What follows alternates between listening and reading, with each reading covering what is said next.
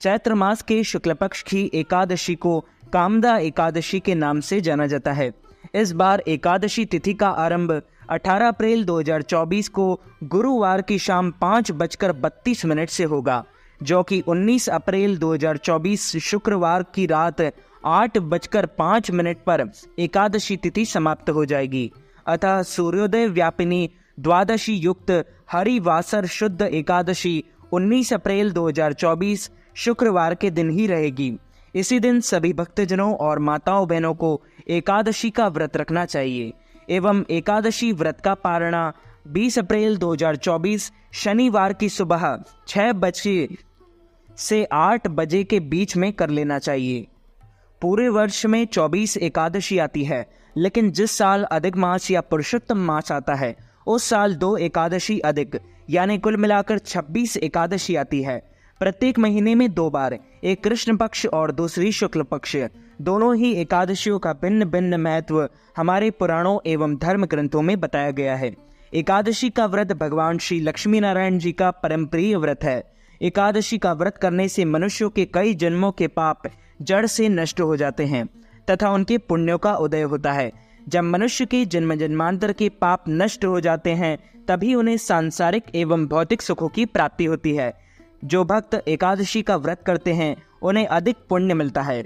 इस बार चैत्र मास के शुक्ल पक्ष की कामदा एकादशी तिथि और तारीख को लेकर बहुत ज़्यादा कन्फ्यूजन फैला हुआ है, लेकिन हम आपको बता दें कि 19 अप्रैल 2024 शुक्रवार के दिन ही आपको एकादशी व्रत रखना है। जो भक्त एकादशी का व्रत करते हैं उनको दशमी से लेकर द्वादशी तक कुछ महत्वपूर्ण नियमों का पालन अनिवार्य रूप से करना चाहिए। दशमी के दिन एक समय शुद्ध एवं सात्विक भोजन करें। इस दिन चावल, लहसुन, प्याज, मांस, मदिरा, मसूर दाल, कटहल की सब्जी उपयोग नहीं करना चाहिए। दशमी के दिन पराये अन्न अर्थात दूसरे के घर का भोजन बिल्कुल नहीं करना चाहिए। शहद नहीं खाना चाहिए। ब्रह्मचर्य व्रत का पालन करना चाहिए।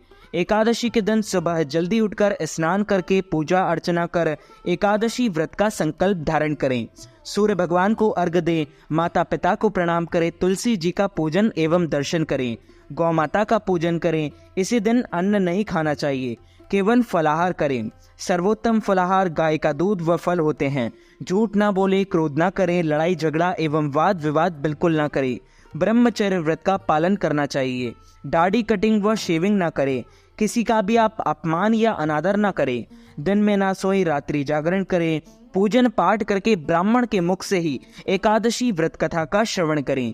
कथा सुनने के बाद यथाशक्ति उन्हें दक्षिणा भी प्रदान करें एवं शुभ मुहूर्त में एकादशी के अगले दिन ही व्रत का पारणा करें। विष्णु पंचक के नियम अंतर्गत सभी वैष्णवों को पालन करना ही चाहिए। एकादशी 2 प्रकार की होती है, एक संपूर्णा और दूसरी विधवा। संपूर्णा जिस तिथि में केवल एकादशी ही तिथि होती है, अन्य किसी तिथि को उसमें मिश्रण नहीं होता, उसे संपूर्णा एकादशी कहते हैं। विधवा एकादशी पुनः 2 प्रकार की होती है, पूर्व विधवा और पर विधवा। पूर्व विधवा दशमी मिश्रित एकादशी को पूर्व विधवा एकादशी कहते हैं। यदि एकादशी के दिन अरुणोदय काल में सूरज निकलने से 1 घंटा 36 मिनट का समय यदि दशमी नाम मात्र अंश भी रह गया तो ऐसी एकादशी पूर्व विद्या दोष युक्त होने के कारण वर्जनीय होती है। एकादशी दैत्यों का बल बढ़ाने वाली है और पुण्यों का नाश करने वाली है। इसे पूर्व विधवा एकादशी कहा जाता है। द्वादशी मिश्रित एकादशी को पर विधवा एकादशी कहते हैं। द्वादशी मिश्रित एकादशी सर्वदा ही ग्रहण करने योग्य है, इसलिए भक्तों को पर विधवा एकादशी ही रखनी चाहिए। ऐसी एकादशी का पालन करने से भक्ति में वृद्धि होती है। दशमी मिश्रित एकादशी से तो पुण्य क्षीण होते हैं। एकादशी व्रत के विषय में पद्म पुराण में एक प्रसंग है कि जब भगवान वाराह और हिरण्याक्ष का युद्ध हो रहा था तब भगवान नारायण के बार बार कोशिश करने पर भी जब हिरण्याक्ष नहीं मर रहा तब भगवान ब्रह्मा जी ने भगवान नारायण से पूछा, हे प्रभु, यह असुर तो आपकी दृष्टि मात्र से मरना चाहिए, ऐसा क्यों हो रहा है कि आप इसे मार नहीं पा रहे हैं? तब भगवान जी बोले, ब्रह्मा जी, शुक्राचार्य की माया से मोहित होने से कुछ ब्राह्मण दशमी युक्ता एकादशी का व्रत कर रहे हैं, क्योंकि दशमी के दिन दैत्यों की उत्पत्ति हुई थी और एकादशी के दिन और देवताओं की उत्पत्ति हुई थी। इसलिए दशमी को व्रत करने से दैत्यों का बल बढ़ता है और एकादशी को व्रत करने से देवताओं का बल बढ़ता है। ब्राह्मणों की दशमी विधवा एकादशी का व्रत करने से दैत्य का बल बढ़ रहा है और यह मर नहीं रहा है। जो मनुष्य दशमी युक्त एकादशी का व्रत करता है उसके अंदर आसुरी शक्ति बढ़ती है। कलयुग में सब लोग मोहित होकर दशमी विधवा एकादशी का व्रत करेंगे, इसलिए दुनिया में अशांति बढ़ेगी। जब सीता जी को लक्ष्मण जी वाल्मीकि ऋषि के आश्रम में छोड़कर आए, तब सीता जी ने वाल्मीकि ऋषि से पूछा कि हे ऋषिवर, मैंने जीवन में कभी पाप नहीं किया, पतिव्रता रही, पति की सेवा की, फिर भी मेरे जीवन में इतने सारे कष्ट आए, क्यों? ऐसा क्यों है? तब वाल्मीकि जी ने सीता जी को जवाब दिया कि आपने कभी पूर्व जन्म में दशमी विधवा एकादशी का व्रत किया था, उसी दिन भगवान की पूजा की थी, उससे पुण्य नहीं पाप बढ़े और उसी का परिणाम है कि आपको यह कष्ट झेलना पड़ा। पुराणों में लिखा है कि दशमी विधवा एकादशी का व्रत करने से धन और पुत्र का विनाश होता है। एकादशी दशमी विधवा अशुद्ध आसुरी शक्ति को बढ़ाने वाली है और इसलिए इस दिन एकादशी का व्रत कदापि शास्त्र सम्मत नहीं है। पुराणों में स्पष्ट मत मिलता है कि अगर दशमी विधवा एकादशी को हो और दूसरे दिन सूर्योदय से पहले एकादशी समाप्त हो रही हो तो द्वादशी के दिन एकादशी का व्रत करके त्रयोदशी को ही पारणा करना चाहिए।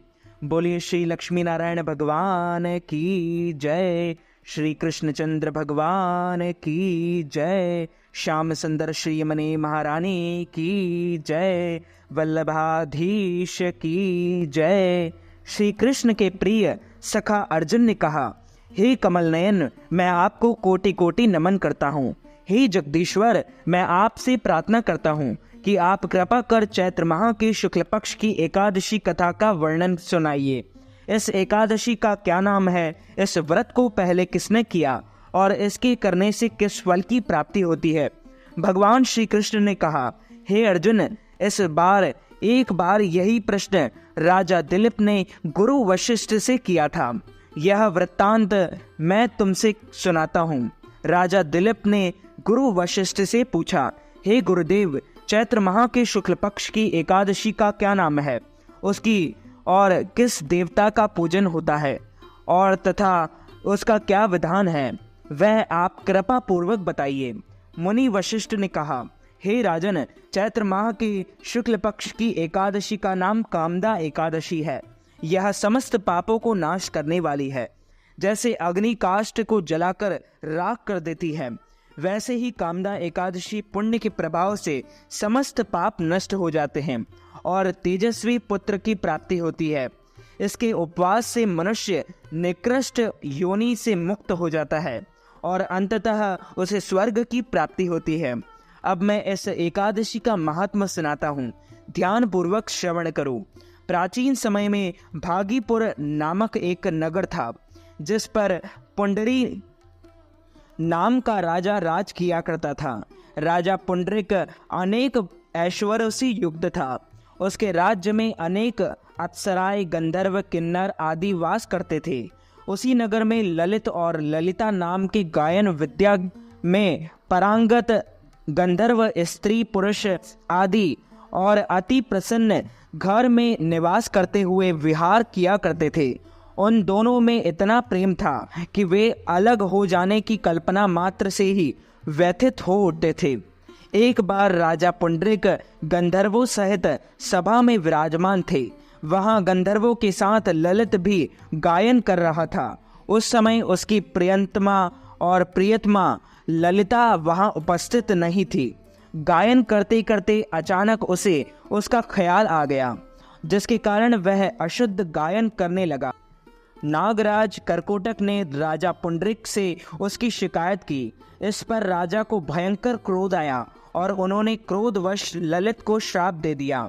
अरे नीच, तू मेरे सम्मुख गायन करते हुए भी अपनी स्त्री का स्मरण कर रहा है, इससे तू नरभक्षी दैत्य बनकर अपने कर्म का पालन और फल भोग। ललित गंधर्व उसी समय राजा पुंडरीक के श्राप से एक भयंकर दैत्य में बदल गया। उसका मुख विकराल हो गया, उसके नेत्र सूर्य चंद्र के समान प्रतीत होने लगे। मुंह से आग की भयंकर ज्वालाएं निकलने लगी। उसकी नाक पर्वत की कंदरा के समान विशाल हो गई और गर्दन पहाड़ के समान दिखाई देने लगी। उसकी भुजाएं 2-2 योजन लंबी हो गई। इस प्रकार उसका शरीर 8 योजन का हो गया। इस तरह राक्षस बन जाने पर वह अनेक दुख भोगने लगा।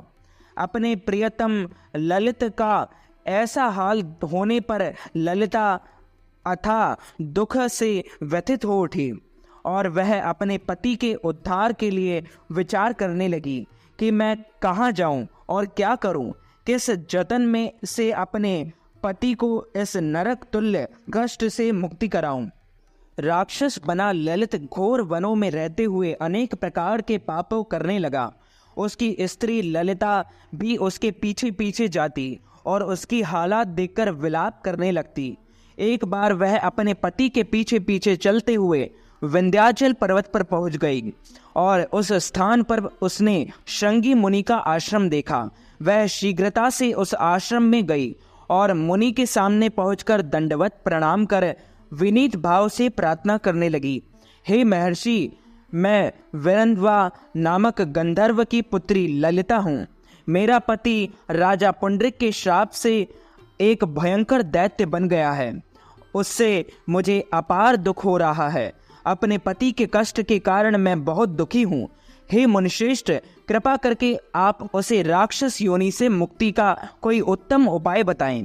समस्त वृत्तांत सुनकर मुनि श्रृंगी ने कहा, हे पुत्री, चैत्र माह की शुक्ल पक्ष की एकादशी का नाम कामदा एकादशी है। उसके व्रत करने से प्राणी के सभी मनोरथ शीघ्र ही पूर्ण हो जाते हैं। यदि तू उसके व्रत के पुण्य को अपने पति को देगी तो वह सहज ही राक्षस योनि से मुक्त हो जाएगा और राजा का श्राप शांत हो जाएगा। ऋषि के कहे अनुसार ललिता ने श्रद्धा पूर्वक व्रत किया और द्वादशी के दिन ब्राह्मणों के समक्ष अपने व्रत का फल अपने पति को दे दिया और ईश्वर से प्रार्थना करने लगी, हे प्रभु, मैंने जो यह उपवास किया है उसका फल मेरे पतिदेव को मिले, जिससे उनकी राक्षस योनि से शीघ्र ही मुक्ति हो जाए। एकादशी का फल देते ही उसका पति राक्षस योनि से मुक्त हो गया और अपने दिव्य स्वरूप को प्राप्त हुआ। वह अनेक सुंदर वस्त्रों तथा आभूषणों से अलंकृत होकर पहले की भांति ललिता के साथ विहार करने लगा। कामदा एकादशी के प्रभाव से वह पहले की भांति सुंदर हो गया और मृत्यु के बाद दोनों पुष्पक विमान में बैठकर विष्णु लोक को चले गए। हे अर्जुन, इस उपवास को विधान पूर्वक करने से सभी पाप नष्ट हो जाते हैं। इस व्रत के पुण्य से मनुष्य ब्रह्म हत्यादि के पाप और राक्षस आदि योनि से मुक्त हो जाते हैं। संसार में इससे उत्तम दूसरा कोई भी व्रत नहीं है। इसकी कथा व महात्मा के श्रवण व पठन से अनंत फलों की प्राप्ति होती है। कथा सार प्राणी अपने सुखों का चिंतन करे और यह बुरा नहीं है, किंतु समय असमय ऐसा चिंतन प्राणी को उसके दायित्व से विमुख कर देता है और जिससे उसे भयंकर कष्ट भोगने पड़ते हैं। गंधर्व ललित ने भी राक्षस होकर निंदित कर्म किए और कष्ट भोगे, परंतु भगवान श्री हरि की अनुकंपा का कोई अंत नहीं है। बोलिए श्री लक्ष्मी नारायण भगवान की जय, श्री वृंदावन बिहारी लाल की जय, श्री गिरिराज धरणे की जय, बालकृष्ण लाल की जय, श्याम सुंदर श्री यमुने महारानी की जय, जगत गुरु श्री वल्लभाधीश की जय, गोसाई जी परम दयाल की जय, श्री गुरुदेव की जय, लाडले लाल की जय, राधा रानी सरकार की जय। अच्युतम केशवम राम नारायणम कृष्ण दामोदरम वासुदेवम हरि श्रीधरं माधवं गोपिकावल्लभं श्रीजानकी नायकं श्रीरामचन्द्रं भजे जानकी मनोहरं सर्वलोकनायकं श्रीशङ्करादिसेवितं पुण्यनाम कीर्तनं श्रीराम राम राम राम राम नामतायकं रामकृष्ण वासुदेव भक्ति मुक्तिदायकं हरे राम राम राम हरे हरे हरे कृष्णा कृष्णा कृष्णा हरे हरे। तो मित्रों, हमारे इस ज्ञानवर्धक वीडियो को आप अधिक से अधिक लोगों को शेयर कीजिएगा, लाइक कीजिएगा, कमेंट कीजिएगा और सब्सक्राइब करके बेल आइकन को भी ऑन कर लीजिए। ऐसे ही नए नए वीडियोस देखने के लिए आप सभी को सादर जय श्री कृष्ण, सादर धन्यवाद।